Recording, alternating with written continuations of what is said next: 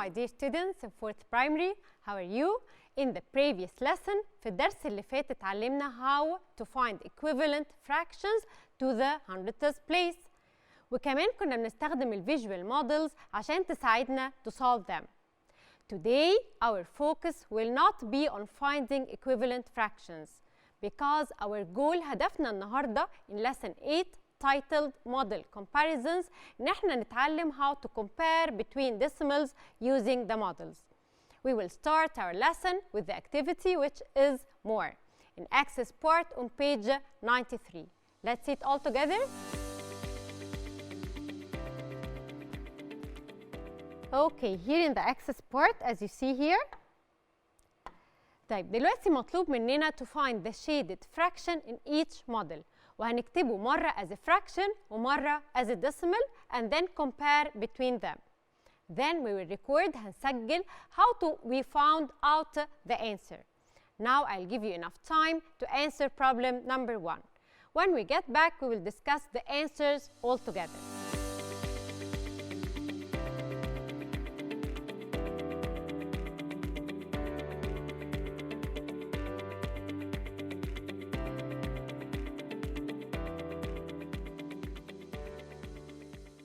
And now let's check your answers together. من الشيدد مودلز زي ما احنا شايفين نقدر نحدد الفراكشنز. طيب هنلاقي ان التو مودلز divided into 100 parts, right? طيب ده معناه ايه؟ ده معناه ان الدينومينيتور بتاع الفراكشن هيبقى 100. طيب في الفيرست موديل انا عندي 30 squares shaded. Here I have 30 square shaded. يبقى الفراكشن بتاعتي هتبقى what over what؟ تبقى 30 shaded parts over 100 اللي هي all the parts. طيب لو أنا عايزة أكتبها as a decimal form هتبقى إيه؟ 30 square shaded out of 100 يعني معنى كده 30 hundredths which is 0.30. تعالوا نشوف بقى في السكند موديل. How many shaded squares do I have؟ لو عدينا ال shaded squares هنلاقيها 10 and 2 يعني 12 shaded squares. يبقى الفراكشن بتاعتي what over what؟ Yes, 12 shaded parts يعني 12 over 100 اللي هي all the parts. طيب لو عايزة أكتبها as a decimal form هكتبها إيه؟ 12 over 100 يعني 12 hundredths. So I will write it as a decimal 0.12. طيب دلوقتي واضح قوي من التو مودلز اللي عندنا إن shaded part representing 30 right is greater than the part or the model representing the 12 hundredths, right? طيب يبقى تعالوا نكتب مع بعض in 30 hundredths greater than or bigger than 12 hundredths, right? Okay, now we can write what? ممكن أكتب هنا how do you know that the use of the models helped me in the solution. Let's write it. The use of the models helped me. يبقى دلوقتي أنا لما استخدمت المودلز it helped me to compare between these two decimals and fractions. تعالوا بقى نروح لبروبلم number 2. Here is problem number 2. هنلاقي إن problem number 2 a little bit different from problem number 1. طيب في حد لاحظ a difference between them؟ You are right. المودلز divided into different numbers of parts. لو شفت البارتس هنا هلاقيهم 10 parts ولو شفت البارتس هنا هلاقيهم 100 parts, right? طيب but can we compare them؟ نقدر نعمل compare between them وهم divided differently؟ يعني this is 10 parts و this is 100 parts أقدر أقارن ما بينهم؟ طيب أول حاجة تعالوا نكتب أو represent the models as fractions. نكتب الفراكشن بتاعت الفيرست موديل والفراكشن بتاعت السكند موديل. طيب احنا قلنا الفراكشن بتاعت الفيرست موديل divided into 10 parts يبقى الدينومينيتور بتاعي 10. What about the colored parts؟ See I have 3 colored parts يبقى الفراكشن بتاعتي 3 over 10, right? Okay, the second model divided into 100 parts يبقى الدينومينيتور بتاعي 100 parts. What about the shaded parts؟ If you count the shaded parts أهو 10 20 32 يبقى I have 32 shaded يبقى الفراكشن بتاعي 32 over 100. طيب دلوقتي احنا عرفنا الفراكشنز. Can you write the decimals؟ تعالوا بقى نكتب الفراكشنز as decimals. مش احنا قلنا 3 tenths؟ How can I write it as a decimal? Yes, 0.3. اوكي، طيب دلوقتي انا عايزه اكتب 32 out of 100 as a decimal، يعني 32 hundredths. So I write it 0.32. طيب from the models كلنا لاحظنا ان ال first model has 3 shaded columns. Look, 1 2 3 shaded columns. طب to compare the first one with the second one، تعالوا نبص كده للcolumns. هو second one how many shaded columns؟ Yes، كل column فيه 10 squares، right؟ يبقى هي is 10 20 30 برضو 3 columns، بس ناخد بالنا ان في كمان 2 squares، right؟ طيب يبقى the second model of course is the greater one. So 32 hundredths is greater than 3/10. طيب احنا كنا عرفنا how models make it very easy for us to compare the fractions. In the next lesson هنتعلم بقى more about comparing fractions but using a different strategy. Now we can move on to the activity renaming review in build part on page 94. تعالوا كده نشوفها مع بعض. Okay. Here we want to convert the fractions to decimals and vice versa. عايزة أخلي الفراكشنز decimals والdecimals fractions. For example, let's see problem number 1. في problem number 1 احنا عندنا fraction 2 over 10. عايزة أخلي الفراكشن دي decimal. طيب مش أنا عندي denominator 10 يبقى الديسيمال will be what? Yes, of course, 2 over 10 يعني 2 tenths, so it will be 0.2 if I write it as a decimal form. تعالوا نشوف كده problem number 2. problem number 2 العكس بقى، مديني هنا decimal اللي هي 5 tenths وعايزني أخليها fraction. طيب مش أنا عندي 1 digit only after the decimal point اللي هو 5. So the denominator will be what? Yes, 1 digit after the decimal point يبقى الدينومينيتور بتاعي هيبقى 10. Okay? So what about the numerator? Yes, I will write 5 over 10. يعني 5 tenths decimal, I can write it fraction 5 over 10. تعالوا بقى let's move to problem number 3. problem number 3 هو مديني fraction وعايزني أكتبها as a decimal. الفراكشن بتاعي is 45 over 100. طيب لما عاوزة أحولها لديسيمال 45 out of 100 يعني 45 hundredths. So I write it as 0.45. I can now give you enough time to answer as many problems as possible, and after the pause time the answer will appear. الانسر هيظهر لكم on the screen to check your answers.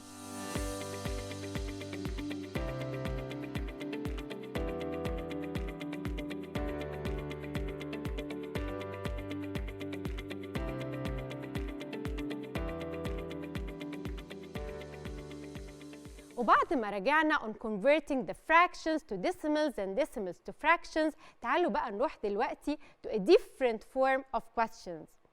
We will review هنراجع مع بعض different forms of writing fractions in the table in front of us, page 95. And here's the page 95. Here in problem 21. تعالوا كده نشوف problem 21. 21 الفراكشن 3.2 is written in the standard form. Okay, as you see here 3.2 أو 3 and 2 tenths مكتوب بالستاندرد form. يعني إيه مكتوب بالستاندرد form؟ يعني مكتوب in digits or written in digits. طيب مطلوب مننا to write it in the rest of the forms. يعني هكتبه مرة word form ومرة fraction form ومرة expanded form. طيب أول حاجة إزاي هكتب النمبر ده as word form؟ طيب الword form يعني as I read the number I write it. أول حاجة the number made up of 3 wholes, right? And 2 out of 10. أهو 3 wholes and 2 out of 10. هكتبه إزاي في الword form؟ 3 and 2 tenths زي ما بقراه بالظبط. Let's write it. يبقى 3 and 2 tenths. Okay. طيب لو عايزة أكتبه في الفراكشن form. Yes, I have 3 whole. يبقى هكتب 3 whole. What are the parts I have? 2 tenths, right? Okay, يبقى 3 and 2 over 10. And this is mixed number, right? طيب دلوقتي what about the expanded form؟ لو عايز اكتب نفس الديسيمال نمبر بس المره دي expanded form. احنا عارفين الاكسباندد form كل ديجيت بكتبه بالبليس فاليو بتاعه between them I put the plus sign right؟ طيب يبقى هكتب 3 whole اللي هي 3 and 2 tenths يعني 0.2 and this is the expanded form. And now I'll give you time to answer problem number 23 and we will solve it together when we are back.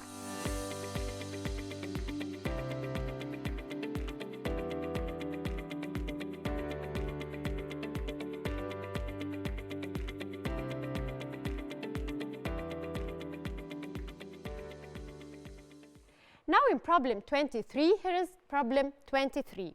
A number is written in expanded form. 1 plus 1 tenth plus 700ths. تعالوا بقى نكتبه in the rest of the forms.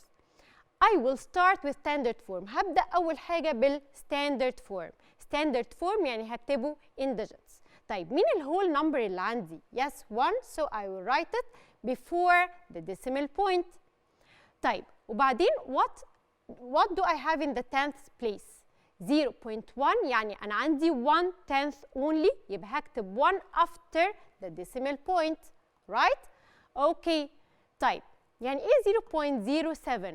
يعني 700ths so I put 7 beside the 1 أو the second number after the decimal point so I'll put here 7. So can you read it now? Yes it is 1 and 1700ths. 1 and 1700ths. Okay. طيب and now to write it as a fraction. Okay. I will write the whole number which is 1. Right? Okay. What about the parts? I have 1700ths. So the denominator will be 100 and the denominator will be 17. يبقى 1 and 1700ths. A 1 or 1 and 17 over 100. تعالوا بقى نكتبها in the word form. الword form اتفقنا زي as I read it I write it. زي ما بقراها بالظبط بكتبها. How can I read it? 1 and 1700ths so I will write it as 1 and 17 what? Hundredths. Okay. Now you can answer the rest of all the problems in the same way. As we know زي ما احنا عارفين we always learn على طول بنتعلم ب different ways, right? We could do that. ممكن على فكرة نتعلم عن طريق الجيمز زي ما احنا بنعمل وعلى فكرة بتبقى very interesting وبنبقى مستمتعين قوي واحنا بنلعب الجيمز دي وبنتعلم منها كتير وكمان بيحصل تعاون ما بيننا وبين our friends to answer the problems. And this is a very great way to share your thoughts and learn from each other. بتبقى كويس قوي ان احنا نتعلم من بعض. وده اللي احنا هنعمله today. We will play today a game called Decimal Battle with 2 of our friends. And now it's time to play our very interesting game which is called Decimal Battle. This game I'll play it with 2 of your friends. Let's welcome them. ازيكم؟ الحمد لله. عاملين ايه؟ الحمد لله. كويسين؟ Are you ready to play with me? Yes. Okay, what's your name? ريفال. And what's your name? عمر. عمر وريفال. اوكي طيب قبل ما نبدا الليسن بتاعنا او الجيم بتاعتنا عايزه اقول لكم على حاجه. احنا خدنا قبل كده الفراكشنز والديسيمالز وعرفنا ايه ريليشن شيب between them. الجيم بتاعتنا النهارده هتعرفنا ازاي to compare between decimals using different forms. خلاص؟ تعالوا بقى اشرح لكم اللعبه بتاعتنا. دلوقتي we have cards. كل واحد فيكم معاه 5 cards. هنلاقي فيها decimals مكتوبه in different forms. يعني ايه؟ ممكن الاقي number line، ممكن الاقي decimal مكتوب in standard form، ممكن الاقي model مكتوب فيه او مرسوم فيه الديسيمال بتاعنا. كل اللي احنا هنعمله ان we will compare between them وهنشوف which is the greater one. واللي هيلاقي greater number او الديسيمال بتاعه هياخد point. مين اللي هيكسب؟ اول واحد جاب 3 points. اوكي؟ نبدا مع بعض. And now I will start with you ريفال. هبدا بيك يا ريفال. ممكن تقولي لي الديسيمال نمبر بتاعك؟ It's 3900. Yes, it is model يا ريفال. Yes. طيب you say that it is 38. You mean 3800ths? Uh-huh. Okay. طيب and now it's your turn يا عمر. ممكن تقولي الديسيمال نمبر بتاعك؟ I have 4500. show me كده يا عمر. 4500. Yes, I see that it is 0.45. طيب أنا عايزة أسألكوا سؤال. Which is greater? Me. Can you tell me? Me. You think you're the greater decimal? You have the Yes. greater decimal? طب Because ليه يا the عمر؟ 4 is greater than 3. You mean in 4 tenths greater than 3 tenths? Yes. Yes, you're right يا عمر. So you will take 1 bonus, okay? Or 1 point. طيب, put it. We will move another one. طيب, and now I will start with you يا عمر. Can you tell me the decimal number? I have 3300. Show me كده يا عمر. Yes, 0.33 يعني 33 hundredths. Okay. Yes. طيب, show me كده يا ريتال. I have 9 tenths. 9 tenths. طيب دلوقتي ثانية واحدة. Here is 33 hundredths and you have 9 tenths, right? Yes. طيب أنا عايزة أعرف مين يقول لي which is greater? Me. Me. Both of you think you are greater? Yes. Yes. طيب أنا هسأل عمر الأول. ليه يا عمر أنت فاكر إن أنت you have the I greater have 2 decimal? digit, but she have 1 digit. طيب عمر said now that he have 2 digits and she has only 1 digit. Okay. طيب أنا عايزة أعرف why you think that you have the greater decimal. Because if we write this in the standard form, we need to add a 0 after the 9. Yes. طيب يعني أنت هتزودي 0 عشان تبقى 0.90 Yes. or 90 hundredths. Yes. So here I have 33 hundredths and 90 hundredths, right? So which is greater? Me. Yes. So you are right and you will take the second point. Okay? طيب. And now I will start again with you يا ريفال. ريفال ممكن تقولي لي ايه الديسيمال نمبر بتاعك؟ 8. Yes. 8 what? 8 tenths. Look يا ريفال الديسيمال نمبر represented as model صح؟ Yes. طب انت ليه قلتي 8 tenths يا ريفال؟ Because we have 8 colored pieces. You counted this طلع 8 colored parts يبقى 8 tenths. Right. طيب وريني كده يا عمر الديسيمال نمبر بتاعك. I have 7800. Show me كده يا عمر. Yes, you have 78 hundredths. يبقى دلوقتي ريفال has 8 tenths. You know يا ريفال ان 8 tenths هي نفسها 80 hundredths. Yes. You know that. وعمر معاه 78 hundredths. So which decimal number is greater? She. You? You Yes. agree with her يا عمر? Yes. Okay, so Rival took another point. يبقى انت كده معاكي 2 points يا ريفال and عمر has 1 point. طيب دلوقتي يا عمر it's your turn. وريني كده يا عمر decimal I number. have 0.6. show me كده يا عمر. Yes, 0.6 يعني 6 what يا عمر؟ 6 tenths. 6 tenths. Excellent. طيب ريفال show me. I have 3. Again, it is 3 represented tenths. as a model, right? So you have 3 what? 10. 3 tenths.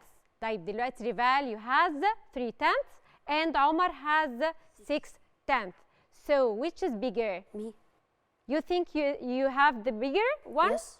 You agree with him يا ريفال? Yes. Yes. Yes, because of course 6 tenths greater than 3 tenths, right? Yes. So you took another point يا عمر. 2 points here and 2 points here. The last round, I will start with Rival. Show me your decimal number. I have 8200. 82 hundredths. Okay, it's right. وريني كده يا عمر الديسيمال نمبر I بتاعك. have Yes. 4 tenths. Look, it is number line. It is Yes. represented in number line, you know? Yes. طيب, you have, yes, 4 tenths. And here you say 82 hundredths. Who can tell me which is bigger? She. I am. عمر, you know 4 tenths لما عاوزة represented as a hundredths, it will be 400. 40 Hundred. hundredths. Yes. Yes. So which is greater? I am. She. Yes. So you took the third point and she win. Okay. Thank you so much. طيب دلوقتي أنا عايز أسألكوا سؤال مهم قوي. Okay. Which form was the easiest one? The standard form. كان أسهل form بالنسبة لك يا ريفال standard form؟ Yes. طب ويو يا عمر؟ Me. You also standard form كان أسهل form بالنسبة لكم؟ طب مين الفورم اللي كنتوا محتاجين شوية هيلب واحنا بنقراه؟ اللاين فورم. النمبر لاين؟ Yes. It was a little bit hard for you? Yes. And you also يا عمر؟ Yes. طيب عايز اسالكم سؤال تاني، ايه الاستراتيجي اللي بتستخدموها لما نيجي نقرا النمبر لاين؟ Standard 4. You use the standard form، يعني بتحول النمبر بتاعك لستاندرد فورم. Yes. Okay. Now I want to thank you so much and I was so happy to see you today and see you next lesson inshallah. Thank you and let's complete our lesson all together.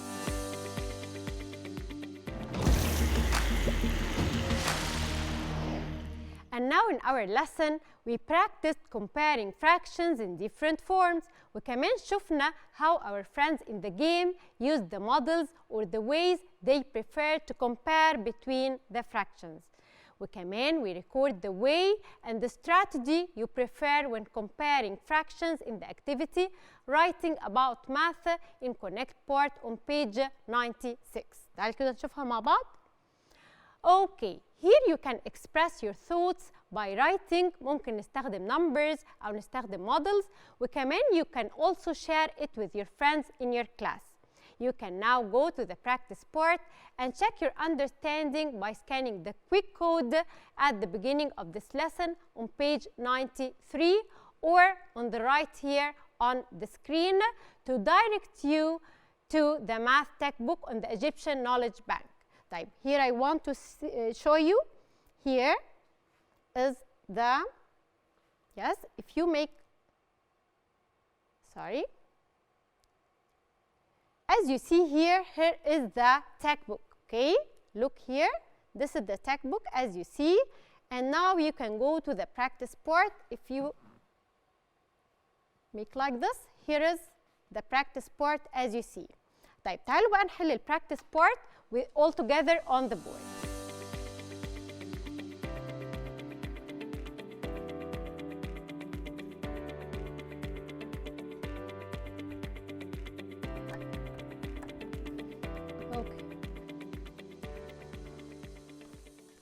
And here in the practice part زي ما احنا شايفين كده in problem number 1 عندنا two models drawn. The first one divided into 10 parts. لو عدينا البارتس دي هنلاقيها 10 parts. Okay, 6 shaded parts of them. The decimal form representing is what? Yes, 6 shaded parts out of 10. يبقى decimal form is 0.6, right? Or 6/10. طيب تعالوا نشوف كده السكند موديل. السكند موديل is 100th grade. ليه 100th grade؟ عشان متقسم أو divided into 100 parts. And I have 60 squared shaded. Okay, so the decimal form is what? 60 out of 100 يبقى 60 100th. So I can write it as 0.60. Okay, now we will compare between them. أنا متأكدة إن أنتوا كلكم لاحظتوا that if we divide the 100th grade into columns and count them هنلاقي إيه؟ هنلاقي إن the number of the shaded columns is also 6. يعني لو عدينا here 6 columns shaded وكمان in this model 6 columns shaded. Okay? ده بيأكد لي إن the two fractions are equivalent or equal to each other. So we will write in 0.6 equals to 0.60. Okay? طيب. Now we have achieved the target. دلوقتي خلاص عرفنا الهدف، وصلنا للهدف، حققنا الهدف بتاع الليسن بتاعنا النهارده which was to use the models to compare the fractions. وكمان حلينا a lot of problems and learned from playing the decimal battle game. We learned a lot from this game. Thank you so much for your watching and see you next lesson.